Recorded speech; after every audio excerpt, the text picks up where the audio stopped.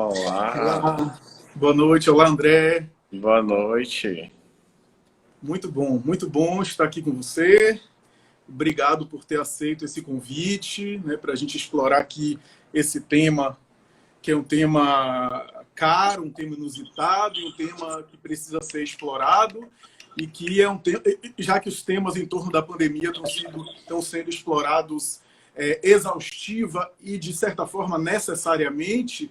Esse é um tema que é da pandemia, mas que diz respeito especificamente a um acervo e um instrumental aí que o Espiritismo oferece, por isso que não pode ser abordado senão pela ótica espírita, né? Tema esse que às vezes passa despercebido. Deixa eu só apresentar o André. André é palestrante, trabalhador do movimento espírita aqui da Bahia, trabalhador predominantemente, aí os seus trabalhos estão concentrados no Centro Espírita Deus, Luz e Verdade, mas ele faz palestra por vários locais aí e por vários centros da região, né, daqui de Salvador.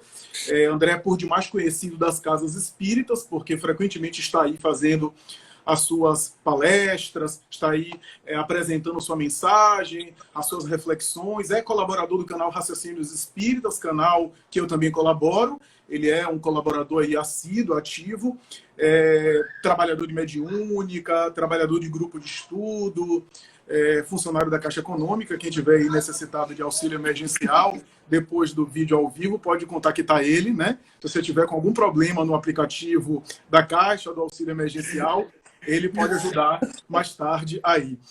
Brincadeiras à parte,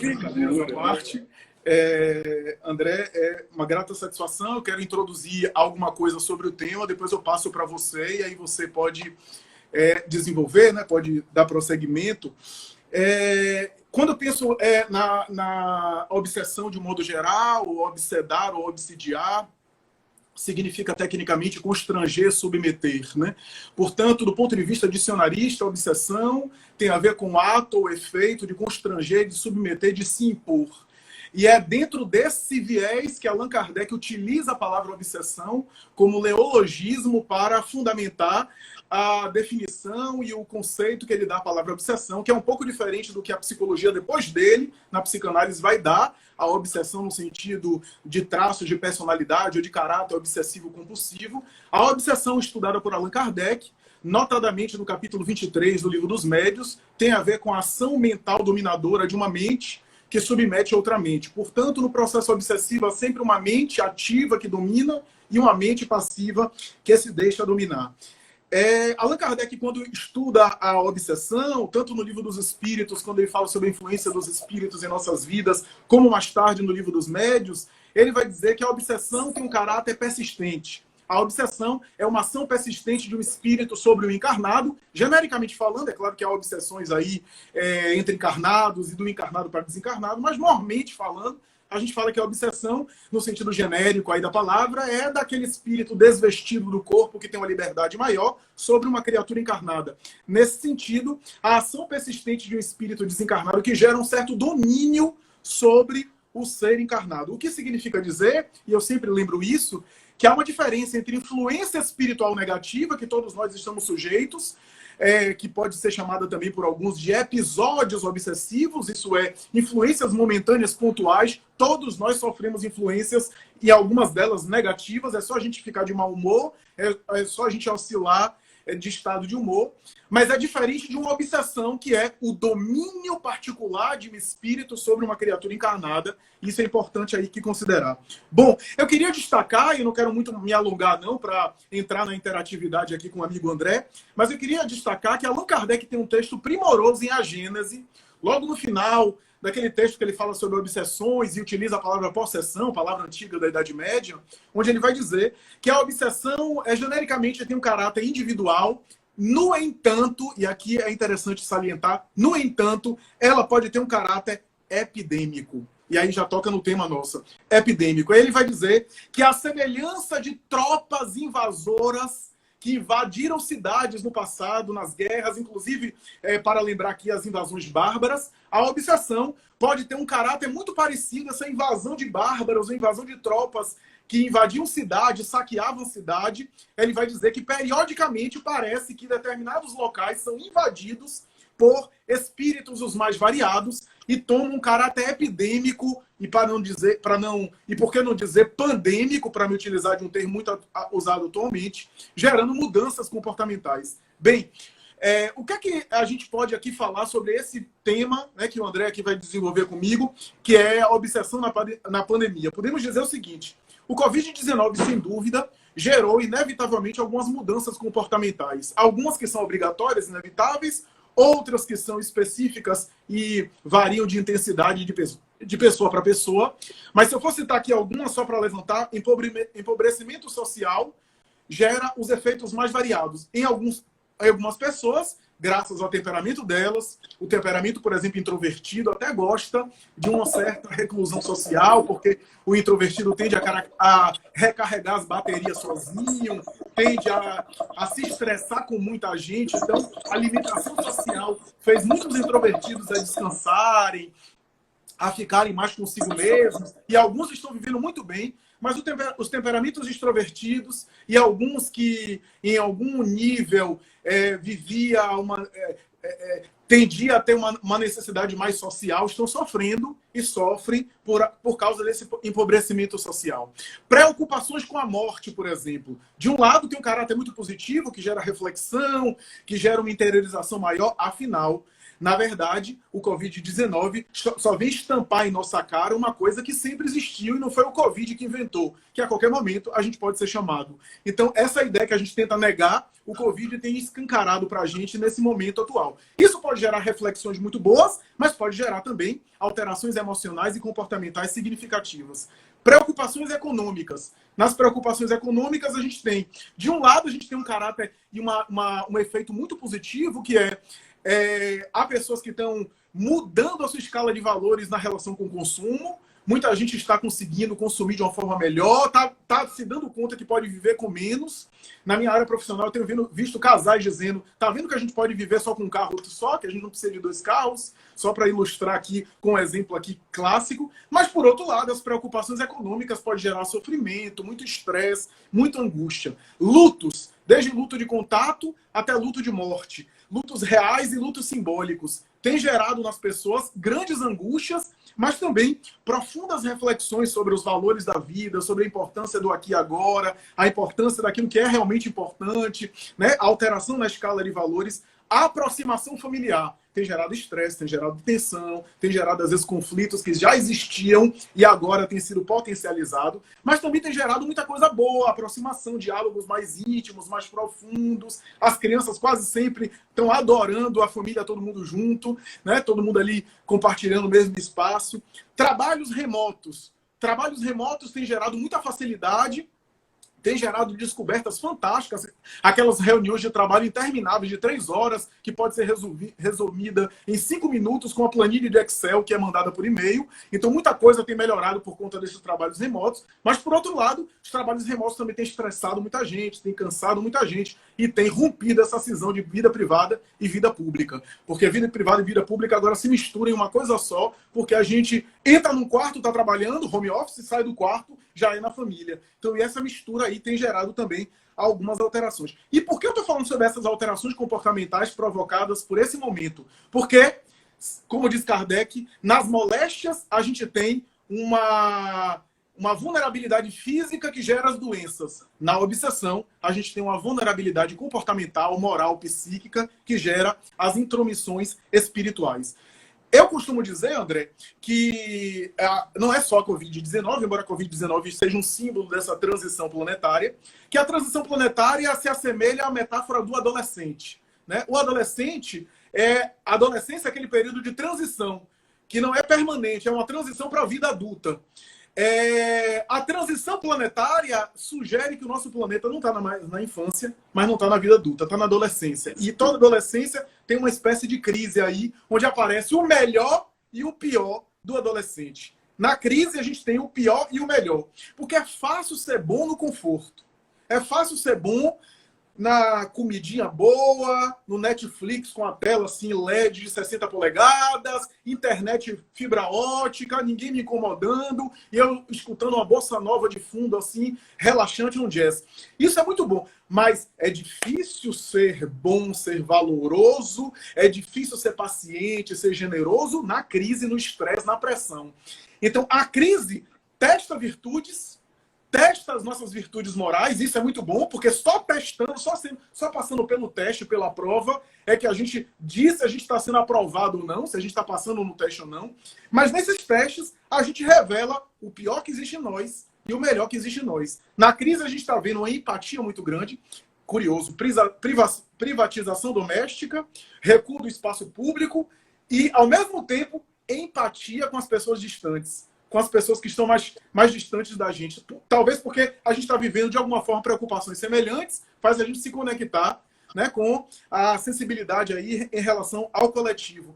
Então, a gente está vivendo um momento em que a gente está sendo testado em relação a isso, a empatia e assim por diante, mas também a gente está apresentando também o pior da gente, que é o ódio, que é a agressividade, que é o preconceito, a intolerância, que é essa coisa de que a gente, na internet, coloca para fora também os nossos conflitos, derruba os outros, assassina reputações, e assim por diante, como a gente tem visto aí por diante. Para concluir e passar a palavra para você, Allan Kardec tem uma colocação bacana que eu coloco, que André Luiz e os benfeitores como Filomeno narram, que é o seguinte: quando o indivíduo está doente, está com uma enfermidade, por exemplo, ele tem uma resistência menor, ele está mais debilitado. E por incrível que pareça, essa debilidade pode favorecer brechas a interferências espirituais. Né? A semelhança de um animal que está, por exemplo, adoecido, um cavalo, um boi que está adoecido no chão, ele está mais sujeito a infecções, a micróbios, a contaminações de toda sorte. Ora, da mesma forma que um doente pode ser suscetível a também uma vulnerabilidade mental e psíquica, uma crise planetária pode favorecer a nossa sensibilidade a ponto de a gente estar mais sensível para um lado ou para o outro. Porque, da mesma forma que eu não tenho dúvida que essa transição está sendo acompanhada pelos bons espíritos, que estão se fazendo mais presentes ainda, eles não estão pelo Zoom, lá do mundo espiritual com a gente, não estão em videoconferência, estão presencialmente nos ajudando, porque nos momentos mais emergenciais, os espíritos bons, eles ajudam também mais perto. Eu não tenho dúvida que a espiritualidade está aí acessível, está disponível para nós.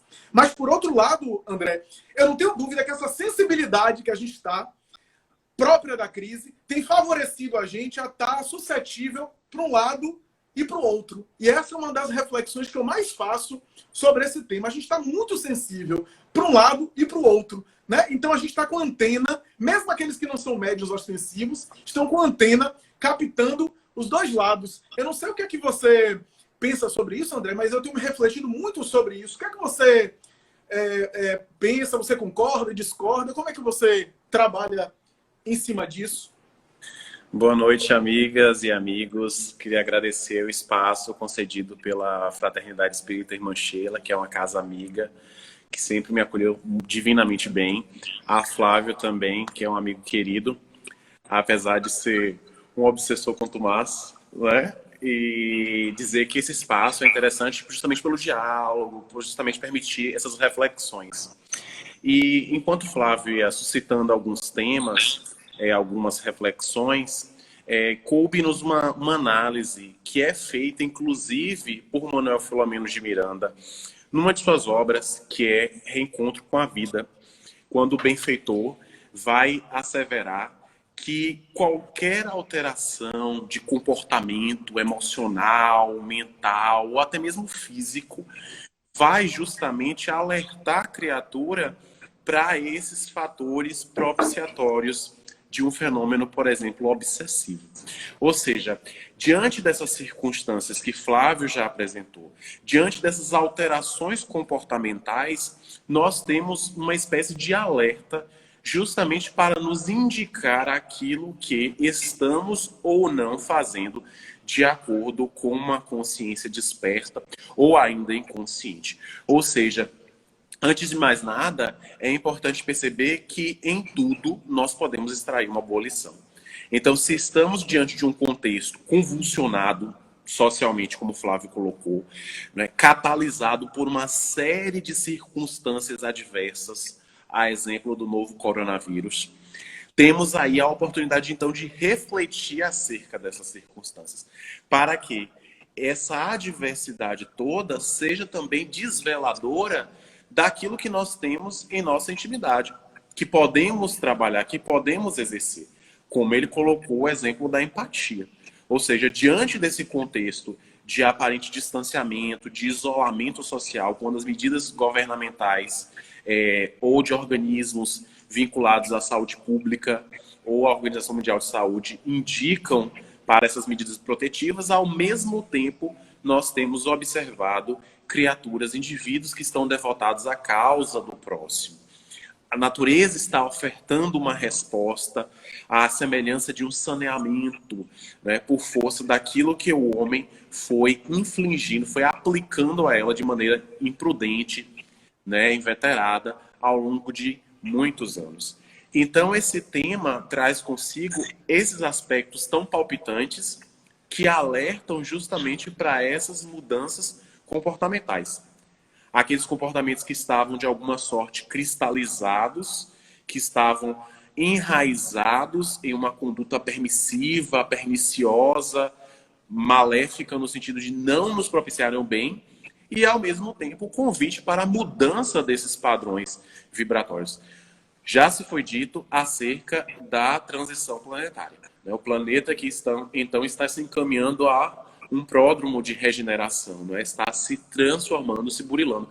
E é necessário que nós também tomemos esta consciência, porque ao mesmo tempo que o planeta se desenvolve, os que estão a habitá-lo também devem fazê-lo, para que haja justamente essa compatibilidade. Então, este momento é um momento clímax, indubitavelmente, para que justamente a gente possa rever posturas e, ao mesmo tempo, trabalhar o nosso campo psíquico, nosso campo mental.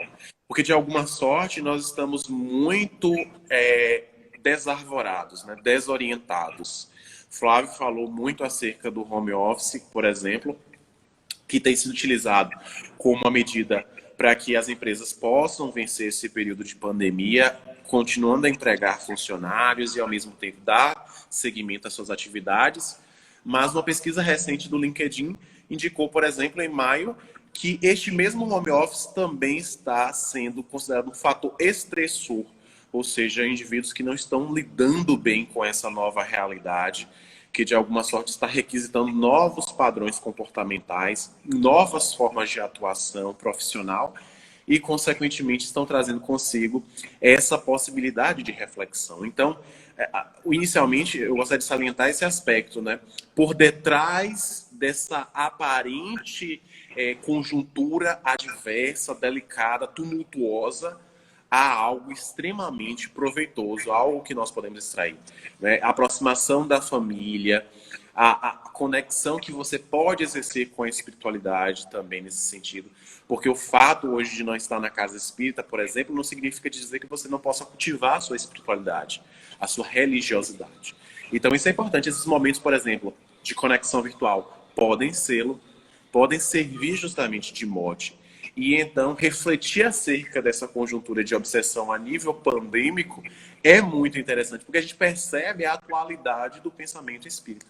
Allan Kardec trazendo à tona um aspecto que esteve, está a braços com a humanidade, ao mesmo tempo que também requisita essa mudança de atitudes, de pensamentos, de ações. Então, é nesse sentido que eu acredito que nós vamos tentar discutir hoje esse aspecto da obsessão a nível pandêmico. Muito bem, perfeito, André.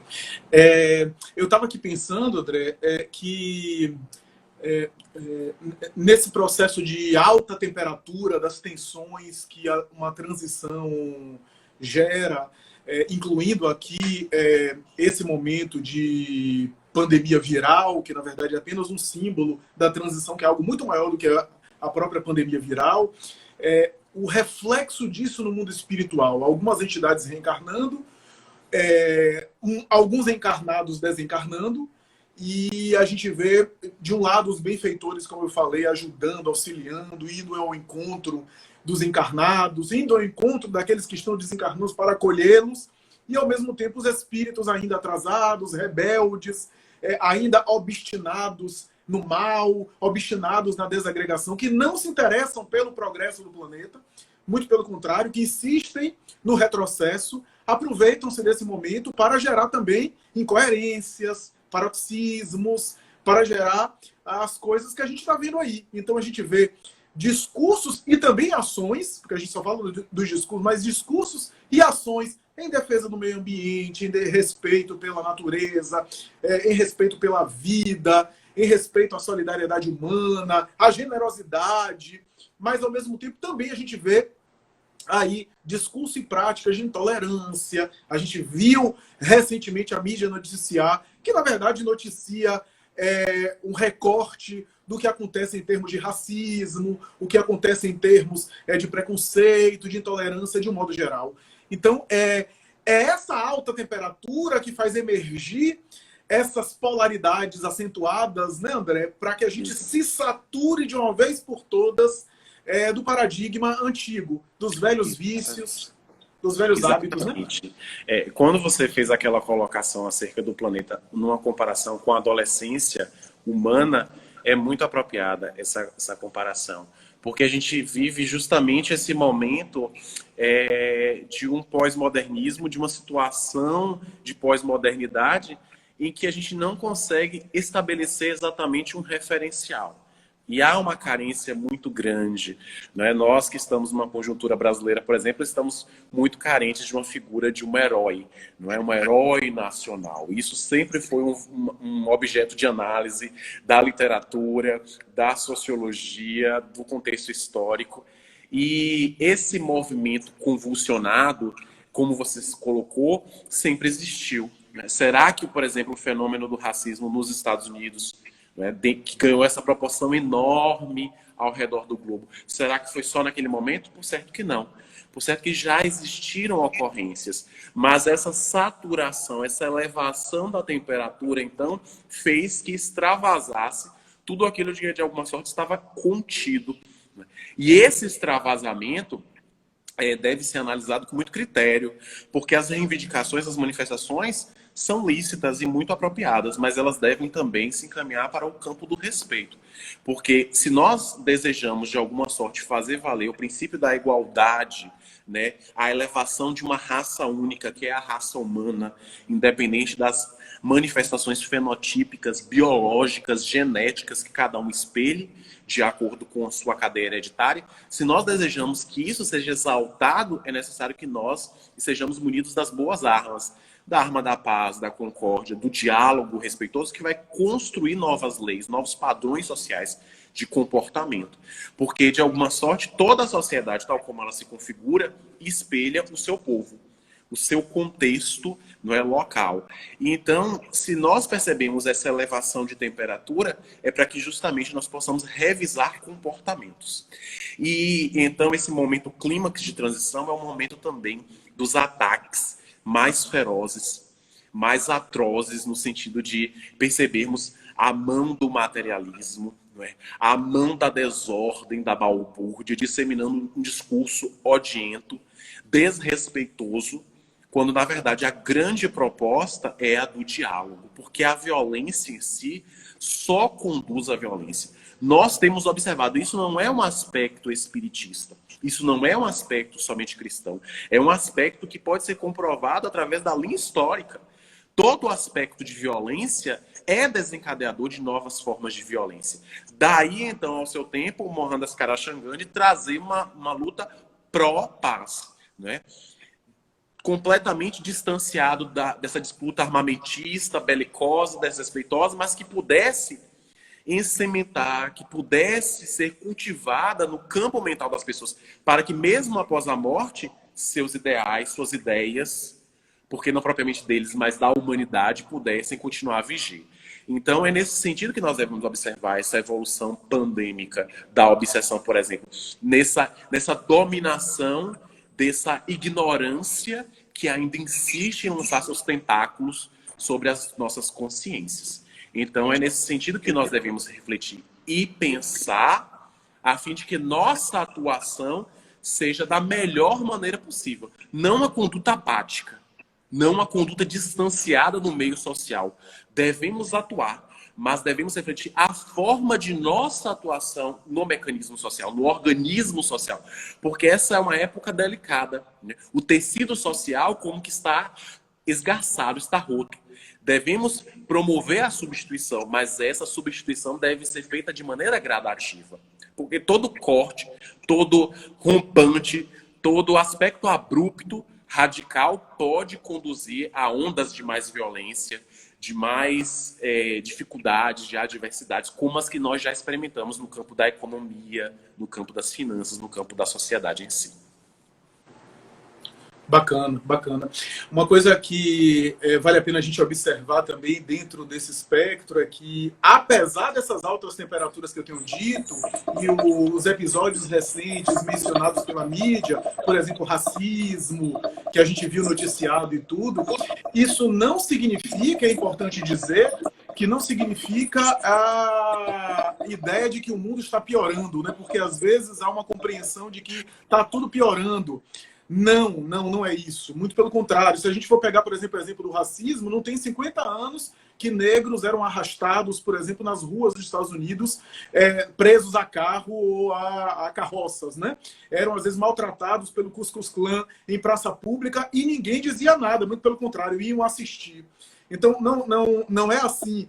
Não faz muito tempo que pessoas eram lixadas publicamente, né? Havia locais de brancos e de negros onde havia violência física e mortes de maneira aí desordenada. Então, o fato de, por exemplo, haver uma morte é lamentável, de haver qualquer tipo de violência e de agressão é lamentável, de alguém, não importa o mérito, mas alguém encontrar o joelho de outro para morrer, ou um menino pequeno ser baleado, como a mídia tem noticiado, são exemplos claros que o mundo está melhor. Por quê? Um acontecimento desse sensibiliza todo mundo e há uma reação em massa e um convulsionamento das pessoas de tal forma que sensibiliza as pessoas todas. Né? Sensibiliza a ponto de haver protestos, manifestações pacíficas, alguns exageros, algumas pessoas que pegam armas e apelam para a violência, que é natural, faz parte ainda dos nossos descalabros, né? E da revolta de alguns que beira o ódio também,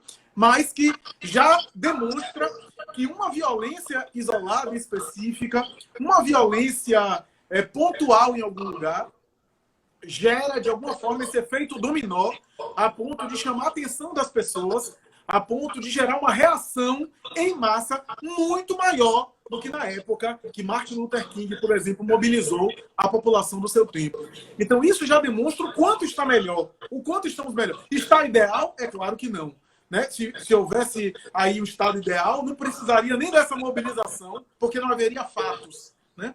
Mas demonstra que esses resquícios aí que têm deixado a humanidade cansada estão também de passagem, estão também que é um sinal, né, dessa purificação, digamos assim, simbólica, que o vírus também chama a gente a refletir.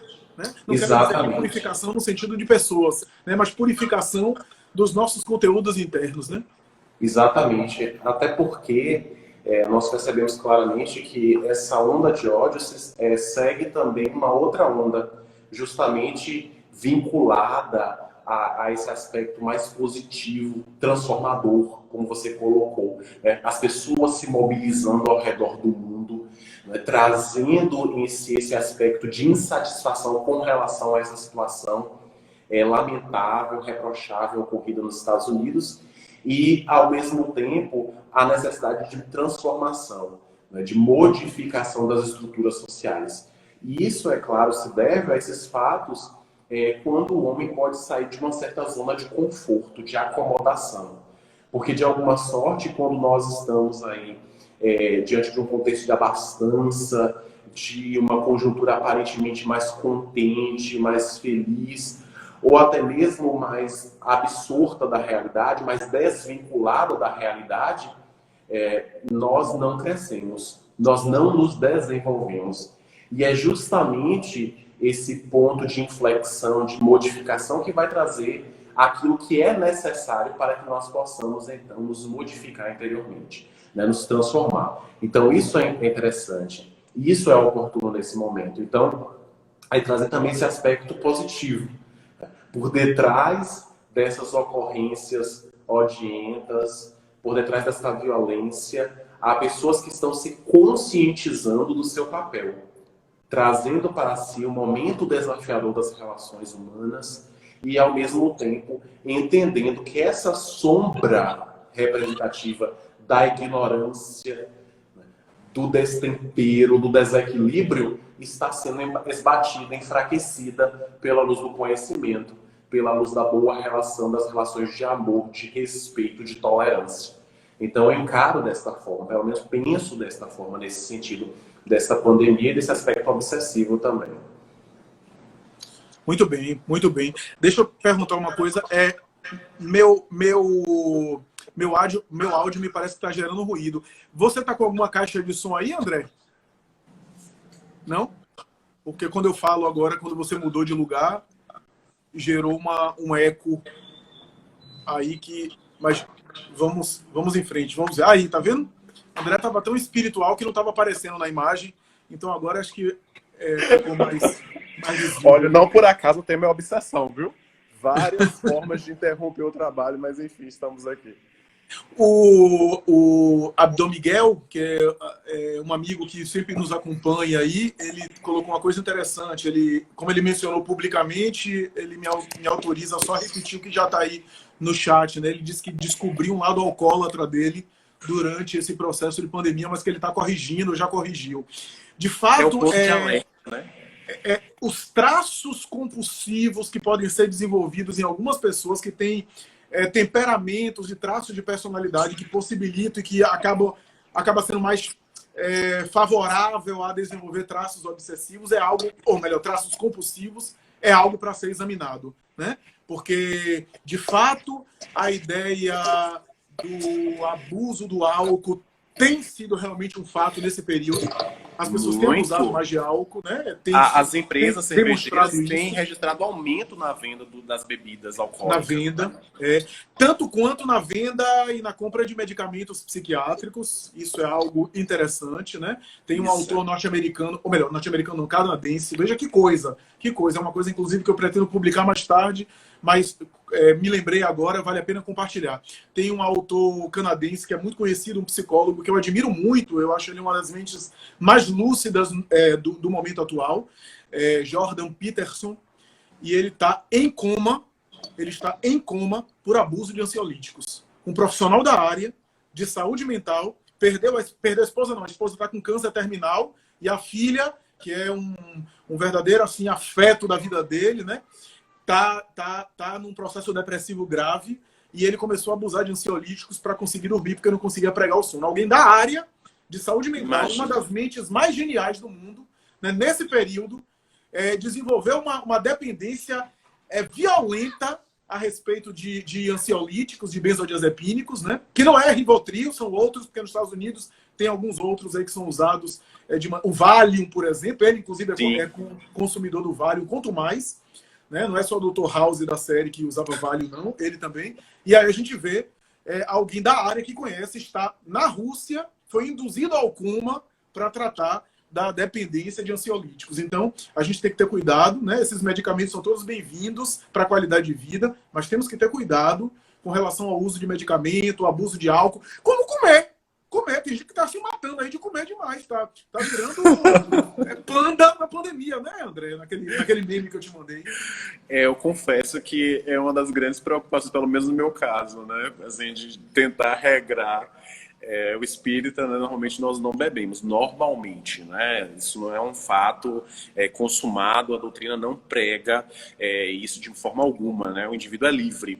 Mas aqueles que não bebem costumam comer mais, né? Isso é um fator preocupante. Então, conseguir driblar isso na pandemia realmente é um feito grandioso.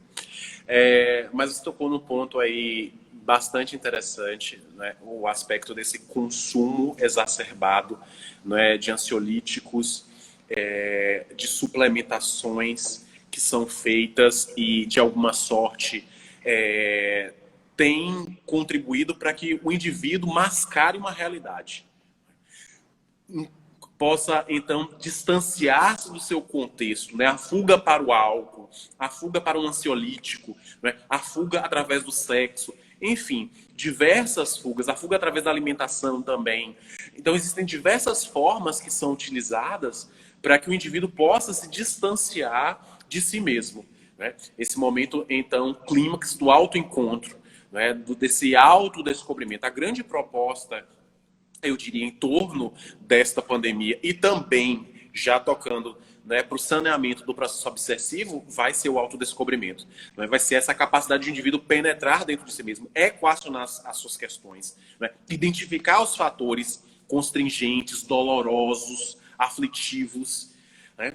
Algo extremamente interessante. Eu estou lendo uma obra que eu já queria muito, né, de um autor também fantástico para mim, que é de Walter Ugumãe, e Homens Imprudentemente Poéticos.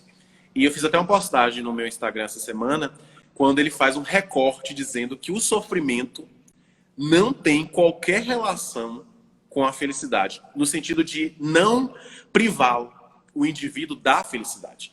O sofrimento, então, não é uma condição privativa, constritora, impeditiva da felicidade. Nós vamos sofrer.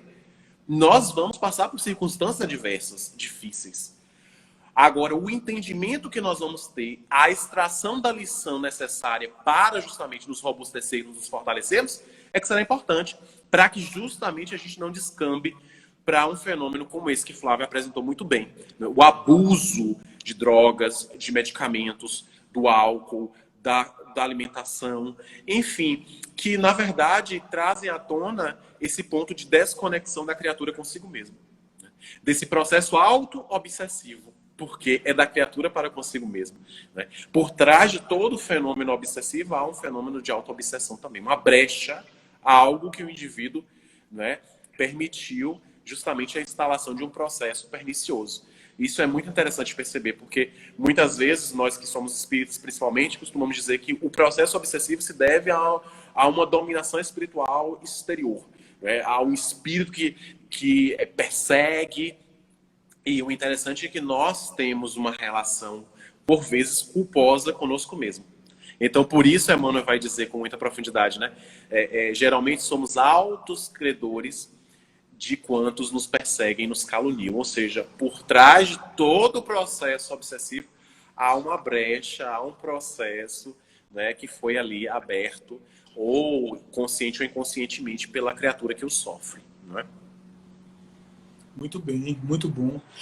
Sobre essa coisa do sofrimento, sofrimento como sendo um dos elementos do cardápio da felicidade, e não necessariamente como antagônico à felicidade, esse eu diria que é um dos grandes desafios da história humana e particularmente da vida atual pós-moderna, onde a gente tende a fazer apologia de que a vida feliz é uma vida isenta de desconforto, né? Talvez por conta de todos os avanços que a gente tem, a gente criou uma mentalidade que a gente é intolerante a qualquer desconforto. É a geração Rivotril. Qualquer desconforto é Rivotril.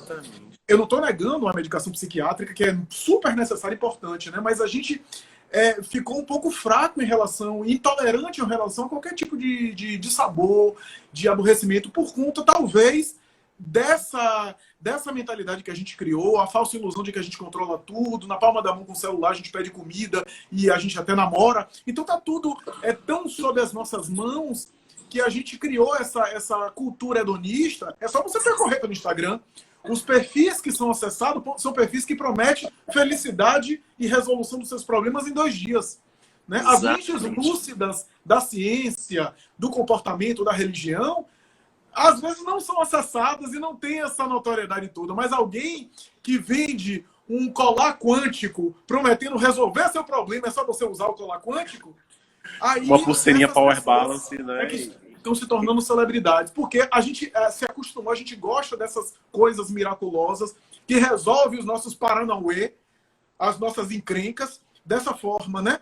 Então, em vez de a gente fazer a viagem para dentro, a gente conhecer a si mesmo, Jesus nunca ele prometeu uma solução mágica mirabolante. Pelo contrário, ele inclusive equipou os discípulos dizendo que haveriam desafios e que inclusive os desafios seriam muito maiores quando ele já não tivesse, né? Mas prometeu estar com eles, estar com a gente. Aliás, um exemplo, uma comparação notável com o período atual é o período da época do Cristo. O mundo estava em crise quando Cristo esteve na Terra. O mundo estava em crise. Não é à toa a obsessão coletiva que tomou conta, né? 3 dias depois da vitória falsa, a vitória fake, da entrada dele em Jerusalém, 3 dias depois, a gente viu que aquelas mesmas pessoas que aplaudiam ele pediam a crucificação.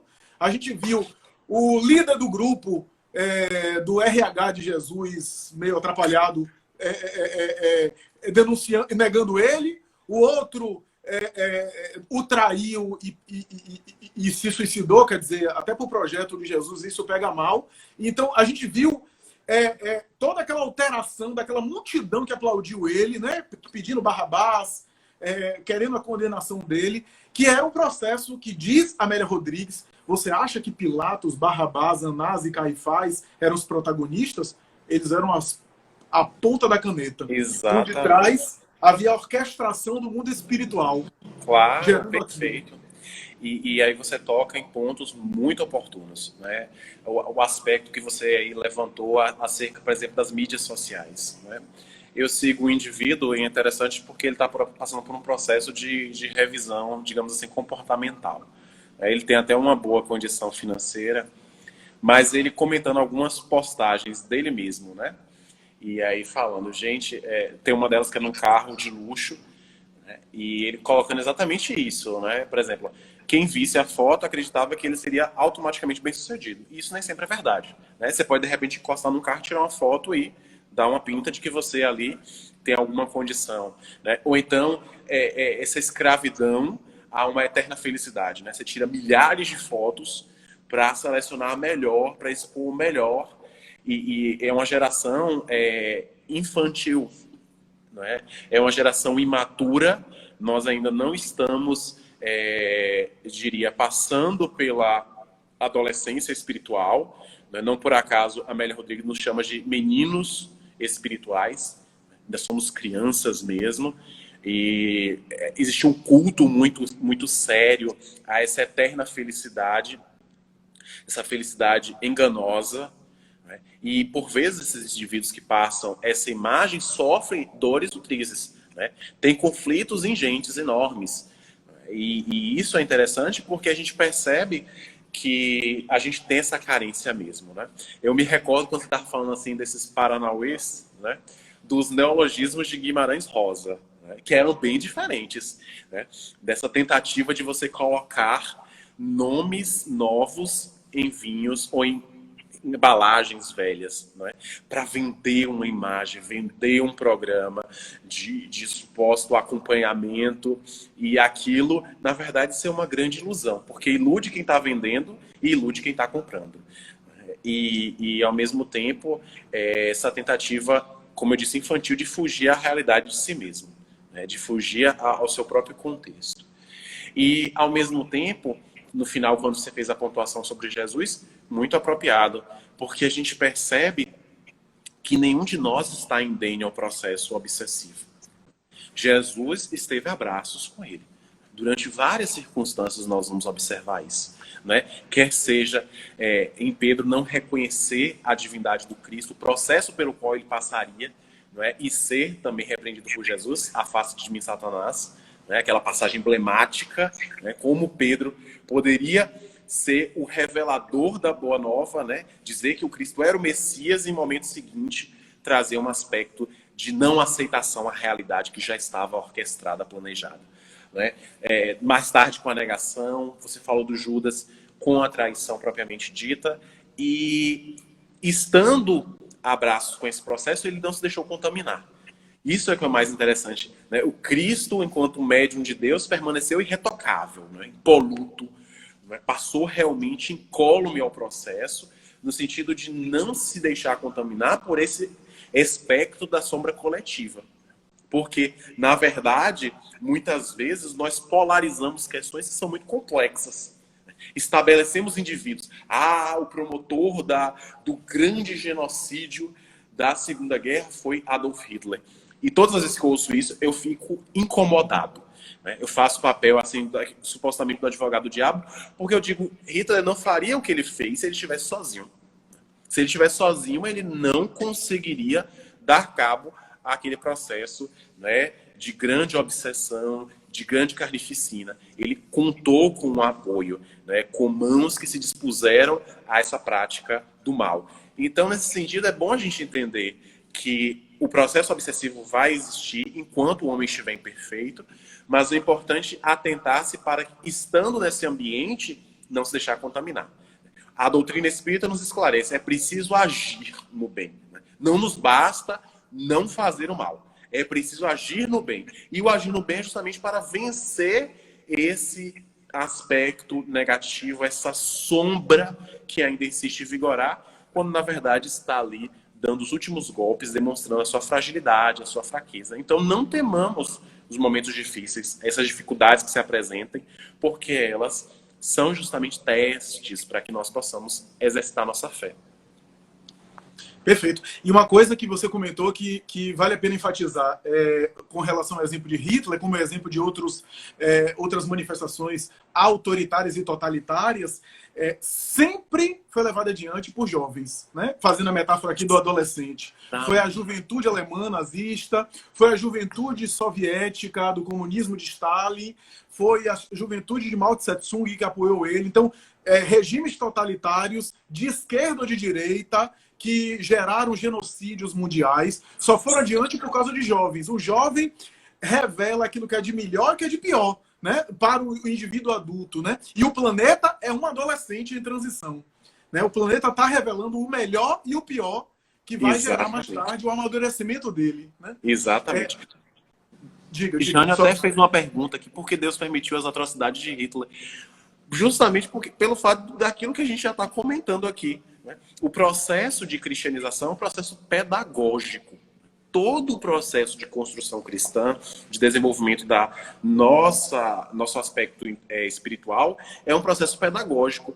E privar o homem desse contexto de dificuldade seria afastá-lo da lição do aprendizado. Então, na verdade, o homem está livre para agir em sociedade, devendo, é claro, arcar com as suas consequências diretas. Entendendo que não há um Deus punitivo, mas tão somente aquele que deixa o indivíduo, não é, livre, porque entende que na sua consciência estão as leis naturais, aquelas que precisam ser apreendidas e aprendidas no sentido da boa atuação no bem, e quando isso não acontece, o indivíduo vai, então, ter de arcar com as consequências diretas por força dos seus atos. Né? E é interessante esse aspecto que foi suscitado justamente para a gente entender essa pedagogia divina. Né? Esse aspecto, né? O pai e a mãe não vão privar o filho da ocorrência difícil, mas vão orientá-lo. Nós recebemos a orientação, mas não a seguimos. Tâmara, que é uma querida, ela colocou que ela fez um comentário muito interessante que eu vou resumir aqui, dizendo que é necessário trazer leveza e responsabilidade em nossas ações. E eu acho que isso também é um mote importante, né? A gente precisa de leveza, né? Leveza em nossos relacionamentos, em nossa interação e também o senso de responsabilidade. Eu acho que nesse momento aí as obsessões sempre tem um caráter das imperfeições morais que a gente traz, né? Você colocou muito bem. Não existem obsessão se não há obsidiados. Isso a obsessão não é causa, é efeito. Né? A causa está nos próprios indivíduos. Né? Então, a gente tem, portanto, essa urgência nos relacionamentos, né?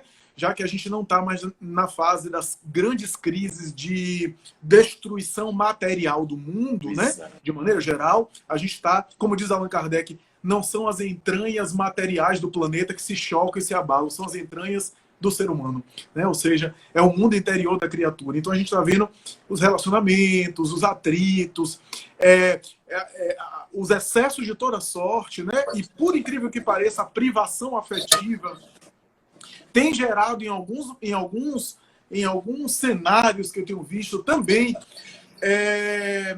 talvez pela carência, talvez pela dificuldade nossa de administrar nossos sentimentos, de controlar os nossos impulsos. De um lado, a valorização da afetividade, né? Que o recurso tecnológico possibilita a gente possibilita aqui valorizar mais a afetividade, né? Já que a gente está privado dos abraços e dos afetos de maneira geral.